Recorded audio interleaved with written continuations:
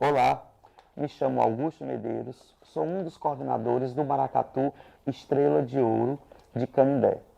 Estamos iniciando o nosso projeto sobre o ciclo de palestras, onde o tema de hoje é Ancestralidade e Cultura Popular, sobre a visão dos griots.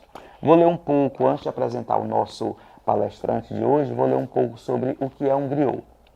Griot, ou mestre, é todo cidadão que se reconhece, seja reconhecido pela sua própria comunidade como herdeiro dos saberes e fazeres da tradição oral e que, através do poder da palavra, da oralidade, da corporeidade e da vivência, dialoga, aprende, ensina e torna-se a memória viva e afetiva da tradição oral, transmitindo saberes e fazeres de geração em geração, garantindo a ancestralidade, a identidade do seu povo. A tradição oral tem sua própria pedagogia, política e economia de criação, produção cultural e transmissão de geração em geração.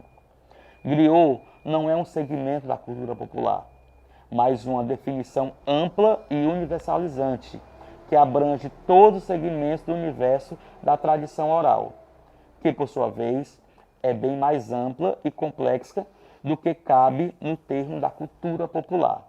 Tudo aquilo que não é erudito. Mas as tradições têm suas erudições. O griot surge como uma metáfora da memória e ancestralidade do povo brasileiro. Memória viva de povos que não se calaram e mantiveram vivas suas tradições, identidade em comunidades e de reexistência. Estamos aqui com um dos nossos palestrantes, o griot, o mestre, reconhecido pela comunidade, reconhecido pelos maracatus, reconhecido dentro da cultura popular, que vai se apresentar e vai falar um pouco, vai dar uma palestra para a gente sobre ancestralidade e cultura popular. É o mestre Cláudio Corrêa. Eu sou Cláudio Corrêa, sou pesquisador, folclorista, membro da Comissão Cearense de Folclore e atual vice-presidente do Maracatu Nação Baobá. Pronto, Cláudio, inicialmente eu queria que você falasse um pouco sobre a ancestralidade. Qual a contribuição que os maracatus transmitem na salvaguarda da mística ancestral, em especial o maracatu nação baobá? Isso é uma pergunta muito importante. Eu quero aproveitar para parabenizar o Maracatu Estrela de Ouro.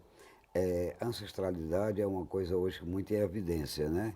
A gente sempre procura falar os ancestrais. E dentro do Maracatu, a gente procurou preservar o que o nosso griot fez, como o nosso griot de Castro Gadelha pensou. E isso vem tendo uma continuidade, porque, queira ou não queira, lá nós temos vários griots, tá? Que é a palavra africana, vem de crioulo. Nós temos vários griots lá no Maracatu, porque é muito fácil você criar, é muito fácil você expandir aquilo sem ter o conhecimento, sem ter uma performance realmente de griot. Então, o maracatu nação baobá, ele é um maracatu raiz, nascido praticamente de um terreiro, né, de umbanda, e que se firmou exatamente por conta disso, respeito aos ancestrais. Que a gente vem procurando manter isso para que ele não perca a característica universal da ancestralidade. É o respeito que a gente tem, não só ao negro, mas à tradição do que é o maracatu. Então a gente pode sair de qualquer forma, de qualquer jeito, com cara pintado ou não, mas nós temos que respeitar o que o griot fez, o que ele criou para ali, o que ele pensou em ser para que a gente desse continuidade a esse trabalho. É o que a gente vem tentando fazer. Sim, sim. O maracatu nação baobá, ele surgiu quando? Quantos anos ele tem? 4 de março de 1994, que foi assim um ano revolucionário, porque De Cascadeira, por ser um dos grandes compositores de loa de maracatu, um grande poeta, mestre, né? Griot já é mestre. começou de uma reunião de amigos e eu não tinha o nome do maracatu. E o Descartes, com a sua inteligência, sugeriu o baobá, que é exatamente representando a árvore, que é secular, é africana, e que queria que aquilo ali se tornasse, o baobá se tornasse exatamente como é a árvore, resistente, que nunca faltasse água no seu solo e que fosse tão forte quanto é a própria árvore. Então foi em 94 e o primeiro desfile oficial do baobá, eu estava na comissão jogadora do carnaval. E foi muito interessante porque desfilaram dois maracatus com a batida original ou autêntica, que eu não concordo, e o maracatu veio com quase um baque virado, uma loa do Descartes, e que empolgou a todo mundo. Os jurados ficaram encantados com aquela performance, porque estava diferenciando dos outros sem perder a ancestralidade. Né? Sem perder. E lá estava o maracatu com todos os seus componentes, toda a sua tradição histórica, a evolução do balé dos participantes. E daí surgiu o baobá. Graças a Deus, é um maracatu de resistência, o que eu acho que todos são, mas a gente procura preservar o que o Descartes criou. Pronto, Descartes criou. O maracatu, como o Maracatu Nação Baobá trabalha a relação da ancestralidade e das novas gerações. Nós temos visto que o griot ele tem que repassar. Ele repassa o seu conhecimento, ele através da oralidade, através dos seus saberes, ele repassa o conhecimento. Como é que lá no Maracatu, Nação Baobá, que são 30 anos, né? Vai fazer 30 anos? Foi 94, vai fazer 30 anos em 2004. 2024. A gente está esperando fazer um grande espetáculo, uma ópera no Teatro José de Alencar, se Deus quiser, porque se a gente não repassar esses saberes, é uma comunidade de risco, é uma área de exclusão social, e a gente tem procurado, eu particularmente, que tenho mais o meu jeito humanitário do que técnico de maracatu.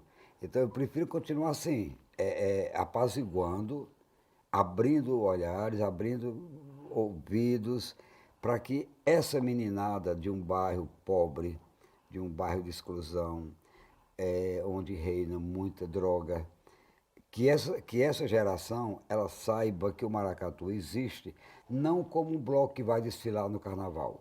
Porque isso aí é muito fácil, né? Tudo é bloco, tudo é carnaval. Não. Mas a gente tá repassando esses saberes para eles, para que, por exemplo, a loa, o tema do maracatu. Quando eu fui presidente do outro maracatu, Voz da África, eu procurava, antes do terceiro ensaio, mostrar para os brincantes e para o batuque o que era aquela temática que a gente estava levando. Para que eles soubessem que tinha que respeitar o que a gente estava criando como griot. Que eles tinham que respeitar o refrão da música, o respeito ao instrumento. E isso, graças a Deus, a gente tem conseguido. Porque um dia o Descartes estava no desfile oficial e viu um rapaz sentado no tambor.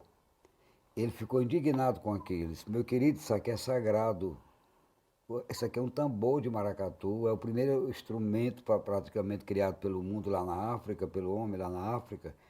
E aquilo ali me chamou a atenção, porque Descartes viu de longe. Como eu era presidente, ele me chamou, Cláudio, da próxima vez, fala isso para o pessoal. E pronto, ficou. Hoje se respeita muito o instrumento, o seu instrumento. E eu digo muito lá no maracatu, gente, instrumento é caro, desafina, e eles estão aprendendo. Hoje você não vê, praticamente em todos os maracatus, você não vê mais essa coisa da baderna com o batuque. Não.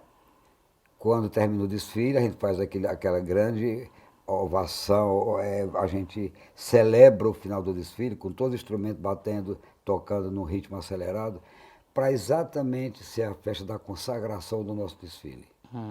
E isso é muito importante, gente, porque ninguém recebe dinheiro para fazer isso. Brincante não recebe, os batuqueiros recebem uma ajuda de custo ínfima, porque infelizmente os editais são muito pequenos e tem as histórias dos impostos e tudo mais.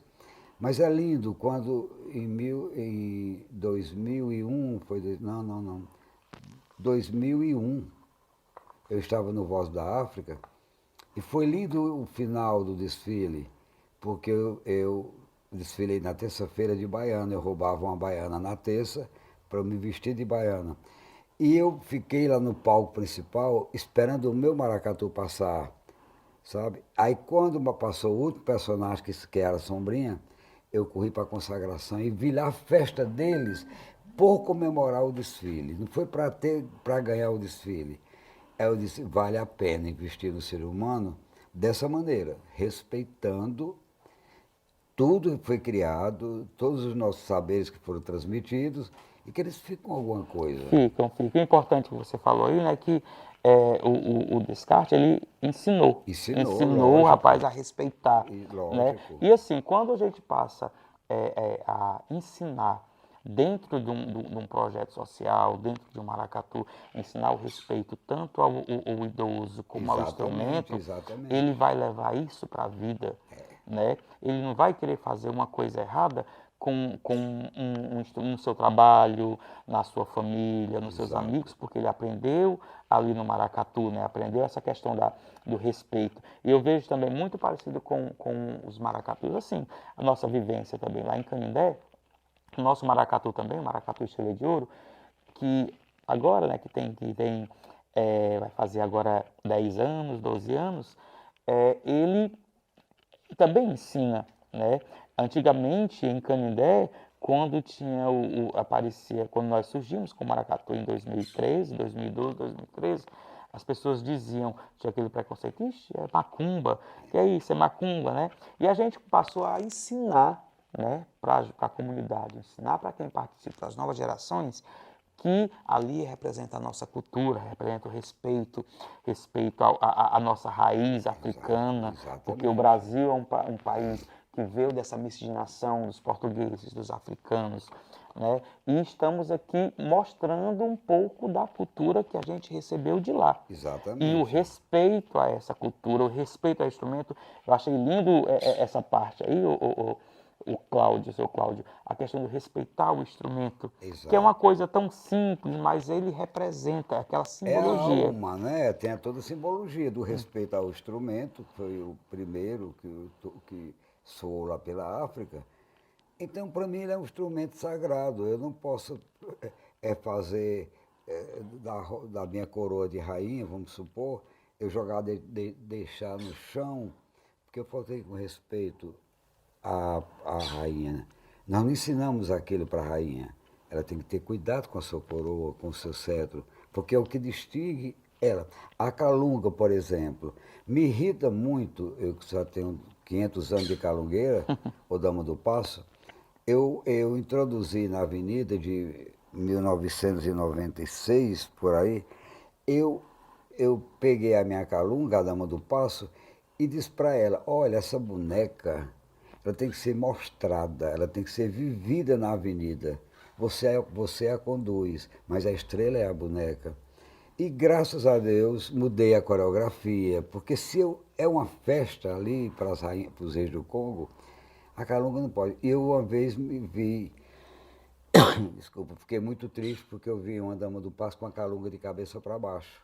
Minha vontade era ter descido lá, arquibancada, ter minha filha, a calunga é para ser mostrada no completo, nela de cabeça baixa. Mas ela prestava um pouco cheia do meró e não estava bem orientada nessa história não. Mas hoje, graças a Deus, a gente já vê o respeito a tudo, o estandarte, que é uma coisa sagrada também. O estandarte é que traz o nome da agremiação, a gente tem que beijar o estandarte. A gente tem que ter o maior respeito, mas tem grupos que o porta-estandarte está bêbado, cai lá em cima. Então, isso eu acho que é a própria agremiação que não soube transmitir para ele a história do respeito. Isso. Eu lembrei agora, o Cláudio, amigo, que uma vez, no meu segundo ano, acho que foi 2013, do nosso maracatu, nós, no final do cortejo, lá na nossa comunidade, no nosso bairro, nós pedimos que cada um dos participantes fosse lá cumprimentar a rainha, né? E todo mundo foi, E o pessoal olhando, para que isso? Para que cumprimentar a rainha? No dia seguinte, né, nós tivemos uma reunião, tivemos um encontro com todo mundo e a gente foi explicar que a gente tem que reverenciar, né, que a rainha é a corte, é a representante do maracatu, conjunto com todos os símbolos, né? São os personagens importantes do maracatu. E depois que ela é coroada, a gente pede que Se eles tem tenham respeito, né? respeito. Faça uma reverência. Aí no ano seguinte nós viemos com a outra rainha e viemos para cá, para Fortaleza. E ele no desfile, o rapaz estava representando a rainha, era o Jonathan. Ele ficou nervoso, que onde ele parava, o pessoal deixou e reverenciava, né? Era muito lindo. Ele repassou isso para lá, para Canindé, para os meninos do maracatu, a importância, né, do respeito, né? Que foi falado um ano anterior no grupo e ele teve a experiência de passar por isso e ver as outras pessoas que já têm uma vivência, que já têm um conhecimento, lhe reverenciando, né, quando ele estava lá parado, quando ele estava já coroado, né? A questão do ensinar, né, de uma geração para outra, né? Augusto, no meu último ano de Voz da África, que foi 2008, acho que em 2007 uma coisa me chamou muita atenção. Chegou uma moça relativamente morena, ela não era negra, ela era moreno, aquele moreno brasileiro. E faltou blusa para ela. E quando eu vi, ela vinha lá no barracão onde nós nos arrumávamos, ela vinha com os braços todos pintados de tinta preta. Aquilo me deu uma emoção única. Por que é que ela fez aquilo? Porque ela respeitou. Ela não tinha blusa para ela, mas ela pintou os braços e as mãos de preto. E quando eu procurei para agradecer, para dar um abraço e algum dinheiro para ela pegar o 11, não a vi mais. Mas isso para mim, dentro da minha história de maracatu, é uma das coisas que mais me tocou. Sabe? Era saber que ela tinha que sair de preto, não podia esconder o corpo, que ela tinha que estar com a camisa preta, né? E foi uma coisa marcante, coisa marcante. Ela era do Cordão das Negras, e lá ela estava fazendo a coreografiazinha dela, o rosto pintado e os braços pintados. Aquilo para mim ela merecia matéria de jornal, porque ela não perdeu o amor. Ela quis desfilar de qualquer maneira. Ela sabia que não podia desfilar sem a pintura ou sem a blusa preta. Isso já foi ensinamento que ela deve ter pego de alguém, né? Alguém deve ter dito para ela, mas tudo bem. Não está no roteiro, mas quero fazer uma pergunta. Eu quero saber da sua opinião, seu Cláudio, sobre o negrume no rosto. Você falou aí que a moça pintou o braço e tal. E sobre o negrume no rosto. A gente vê que aqui no Ceará tem alguns maracatus que usam, tem outros que não usam. No interior, nós conseguimos catalogar ou conhecer, agora já nesse ano de 2022, 20 maracatus no interior, certo? E desses, podemos perceber que de uns 4 a 5 não usam a pintura no rosto do negrume. Aí eu queria saber de você sobre isso, sobre o que é que você acha sobre os maracatus do Ceará que usam o negrume, né? E os que não usam. Particularmente nós, lá do Estrela de Ouro, nós aprendemos com o pessoal do Nação Iracema, né? Com o seu Almeida, com o seu William, que vai dar uma palestra também, sobre o negrume, né? Que a gente tem que usar. Eles nos repassam o negrume que eles fazem, o Almeida faz, e nos dá, né, o negrume para a gente levar para Canindé. E a gente usa, né, todo mundo usa o negrume, todos os participantes eles usam o negrumes. A gente consegue perceber que alguns outros maracatus não utilizam na sua corte inteira, né, no seu cortejo inteiro. Aí eu queria saber a sua opinião, porque é muito controversa, né? A história do negrume, o teatro japonês ele usa máscara branca, são todos de rosto praticamente. Então, para mim, o negrume do maracatu também é uma maquiagem, é uma simbologia, não em homenagem ao negro, fazer referência direta ao negro, não. Se ele surgiu com esse negrume, a gente tem que continuar usando esse negrume, porque é o que caracteriza o maracatu cearense, é o negrume. Algumas pessoas são contra dizer que é o falso negrume, outro diz que é o blackface. Blackface. Não tem nada a ver, é uma tradição, é histórico, tá? Não perde o sentido. E os que não brincam de cara pintada é porque eles vão lá dançar maracatu e não brincar maracatu. Porque brincar maracatu é quando você bota a sua alma exposta ali. E o dançar maracatu qualquer um dança. Eu sou contra isso, porque eu não queria que essa tradição perdesse. Fosse pelo tempo, mas o maracatu não veio de cara pintada. Quantas vezes eu já vi maracatu perder ponto porque tinha elementos que não estavam de cara pintada? Porque isso é uma obrigatoriedade. Os quesitos do maracatu para julgamento, a primeira coisa, cara pintado, rosto pintado, tal, tal, tal e tal e tal, tal. A gente nunca vai chegar a um consenso de dizer o que é o falso negrume, o que é o negrume, porque é uma maquiagem.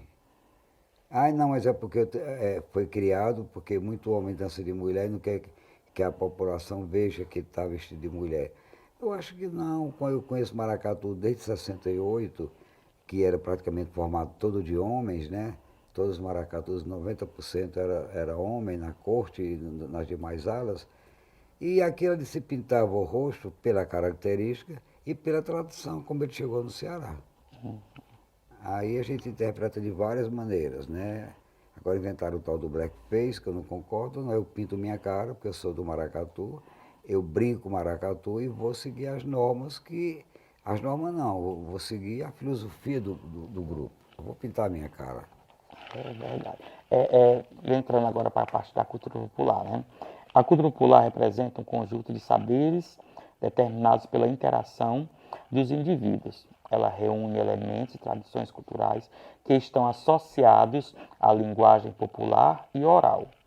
É, só em 2018, um grupo de Canindé, de quadrilha de Canindé, veio falando sobre maracatu, né?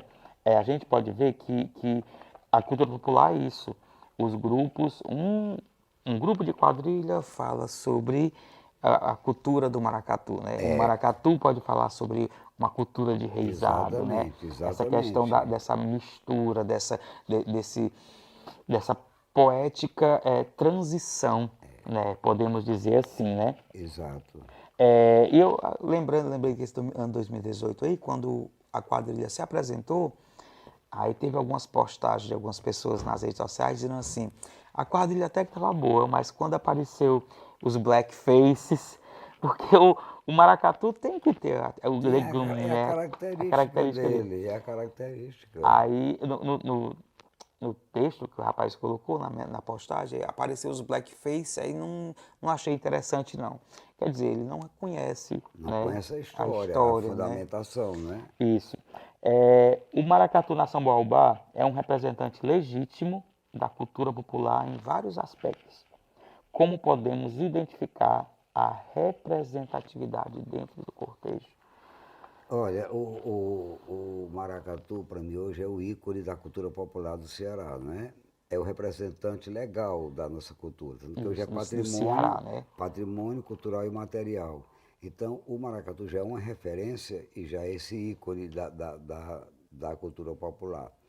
É, dentro da história do maracatu, que repita só o final da pergunta. Como podemos identificar a representatividade dentro do cortejo, representante da cultura popular, Pronto. dos A aspectos. cultura popular, eu digo muito por onde eu passo, dou palestra, que eu digo que a cultura popular brasileira é a mais rica do mundo. Isso é indiscutível, nosso folclore é rico demais. Então, o maracatu está ali fazendo cultura popular. A partir do momento que você bota um grupo de 300 pessoas para brincarem com coreografia, para cantar, caracterizado com a roupa tal, aquilo ali para mim é a própria cultura na avenida ou em qualquer outro lugar. Está lá representando a cultura popular brasileira. Porque embora nem todos os estados do Brasil tenham maracatu, mas nós temos, e isso é como prova de resistência, de resiliência, onde a gente se prepara o ano inteiro para dançar um dia ou 2 dias, um dia praticamente, e a gente não perder esse pique, né, de manter a tradição dentro da cultura popular. E a cultura popular brasileira, eu digo hoje, muitas pessoas até ficam chateadas comigo, porque eu digo que a cultura brasileira hoje se divide em dois momentos, movimento junino e maracatu. Porque queira ou não queira, a gente está muito envolvido. Teve um ano que eu estava no Vozes, que eu queria fazer uma junção do clássico com o popular. E eu, feito louco, criei uma loa da coroação e convidei a professora a doutora Nara Vasconcelos, que hoje mora na Bélgica, e a Aparecida Silvino, que é uma cantora referência no nosso estado. E eu gravei a loa num videocassete, daquelas fitas, e pedi para elas colocarem uma música melhor. E nós levamos para a avenida um garoto de 10 anos, filho da Nara, tocando violino. E o outro filho da Nara, com 12 anos, tocando violoncelo. E a Aparecida cantando. Foi os momentos raros e únicos da história do maracatu no Ceará. Barros Pinho, então, era o secretário da Cultura, da FUNSET. Ele desceu do palanque, lá onde ele estava, ficou no meio da coroação, a imprensa tomou de conta. Foi um momento que eu queria mostrar que eles podiam tocar o violino e o violoncelo e o batuque dar aquela afinação do toque do maracatu na hora daquele momento.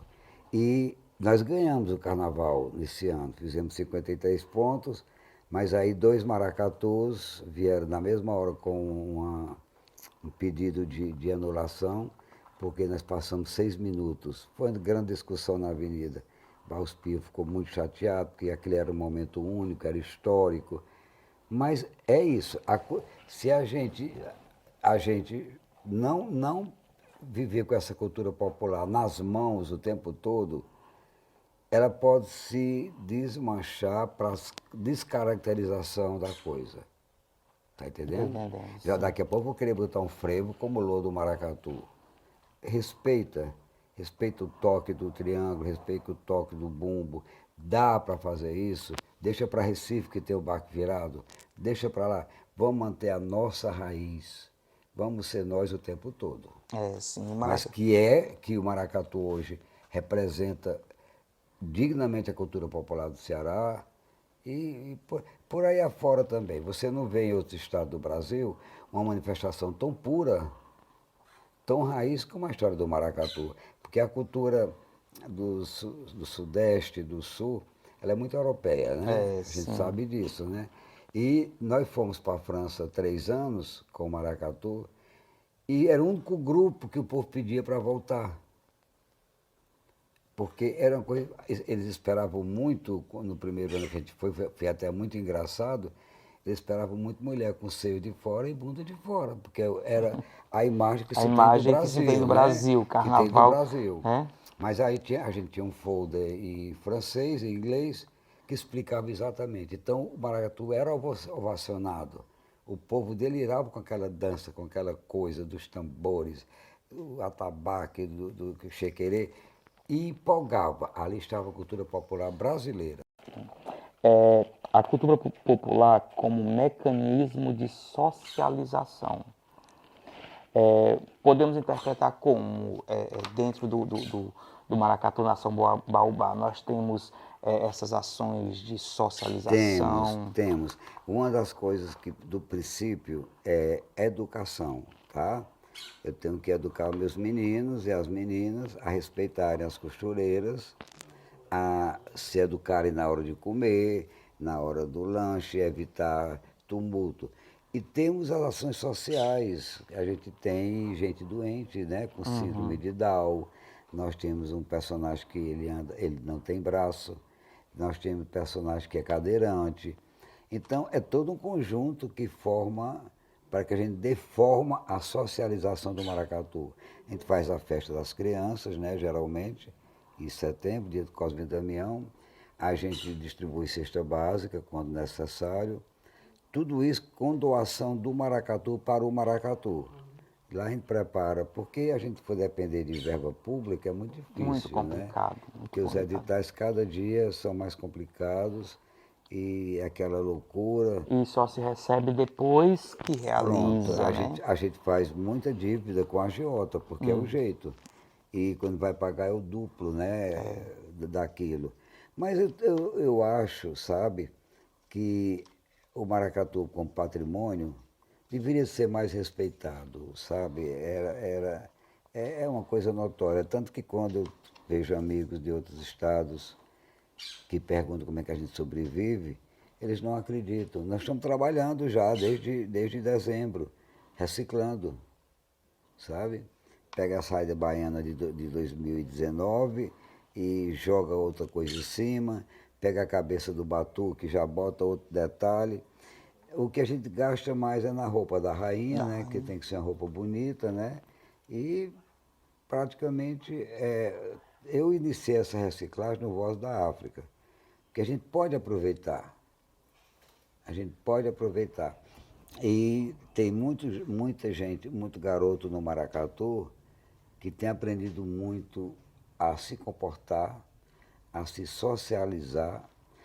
Assim, passo por aqui, oi, seu Cláudio, aí, oi, mestre, oi, não sei o quê, oi, professor. Porque o local onde está a nossa sede é um local muito perigoso.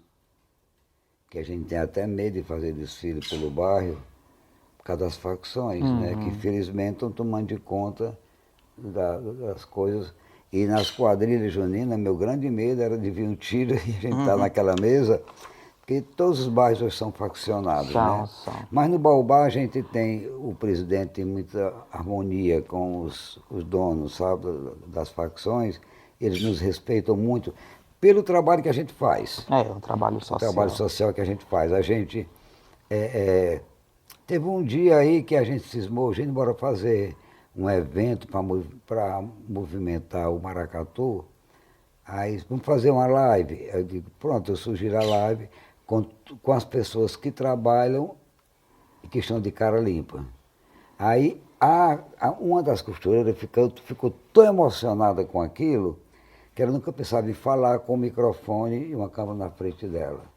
Aí foi o melhor presente que ela ganhou, que isso é socialização. É por isso que ela está lá, que a gente dá valor ao trabalho dela. A gente paga, mas tem os descontos, ela entende muito bem. Então, isso, para nós vivemos, eu acho que são poucos maracatus que fazem isso.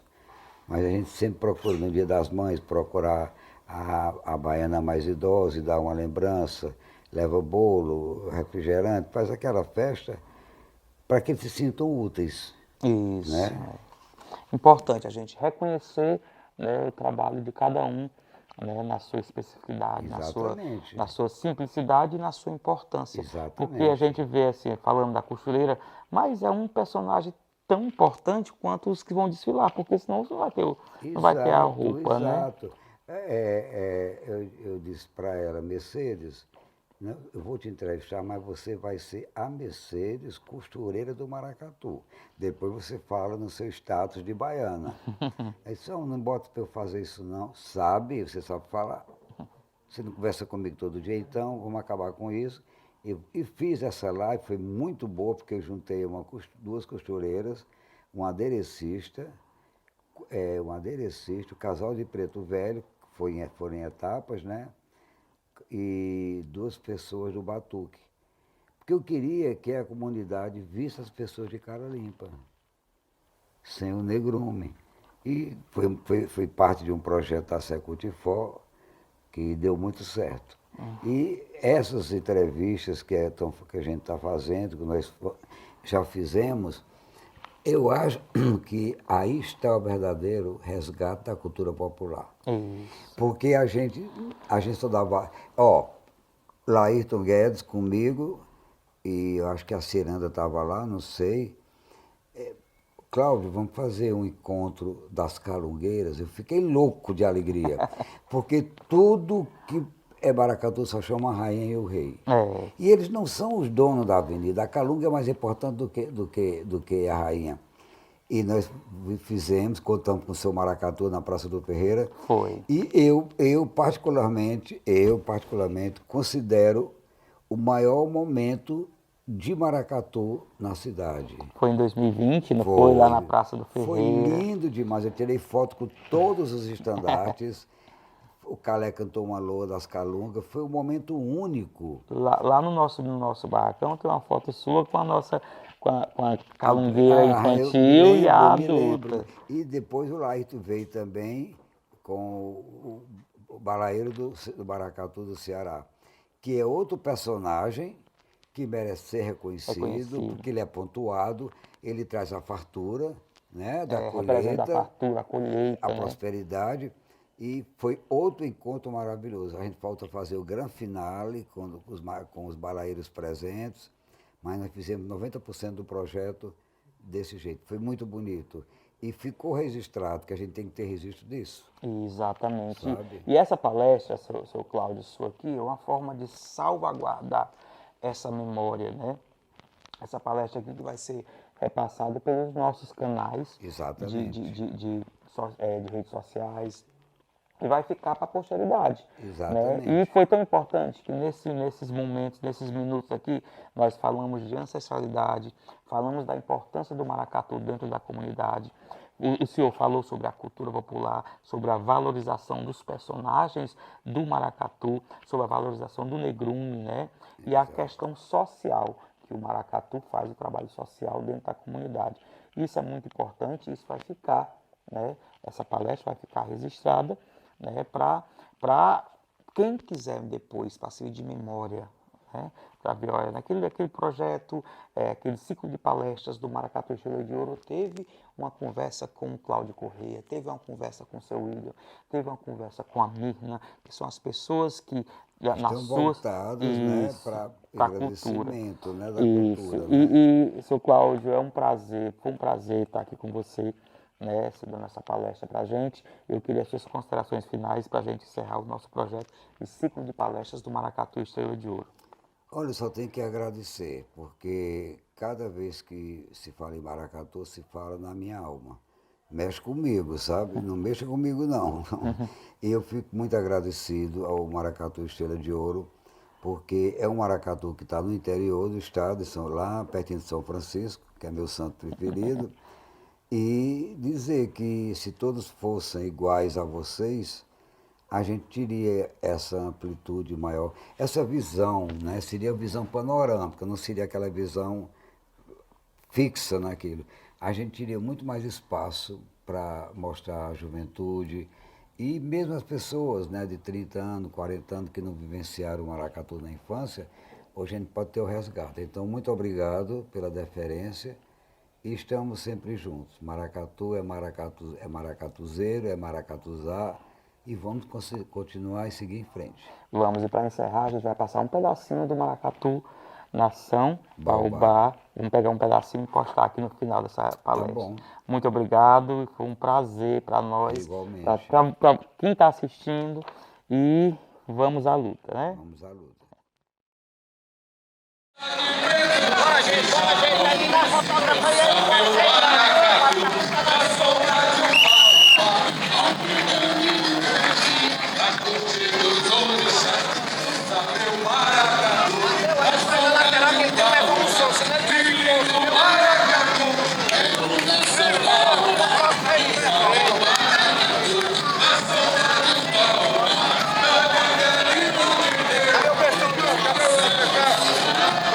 tá lá na frente, ó.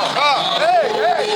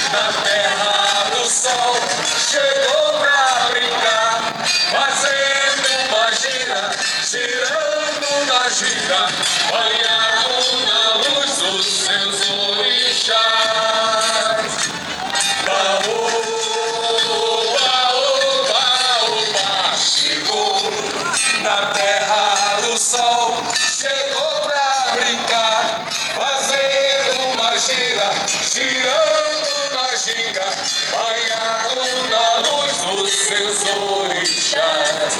No primeiro dia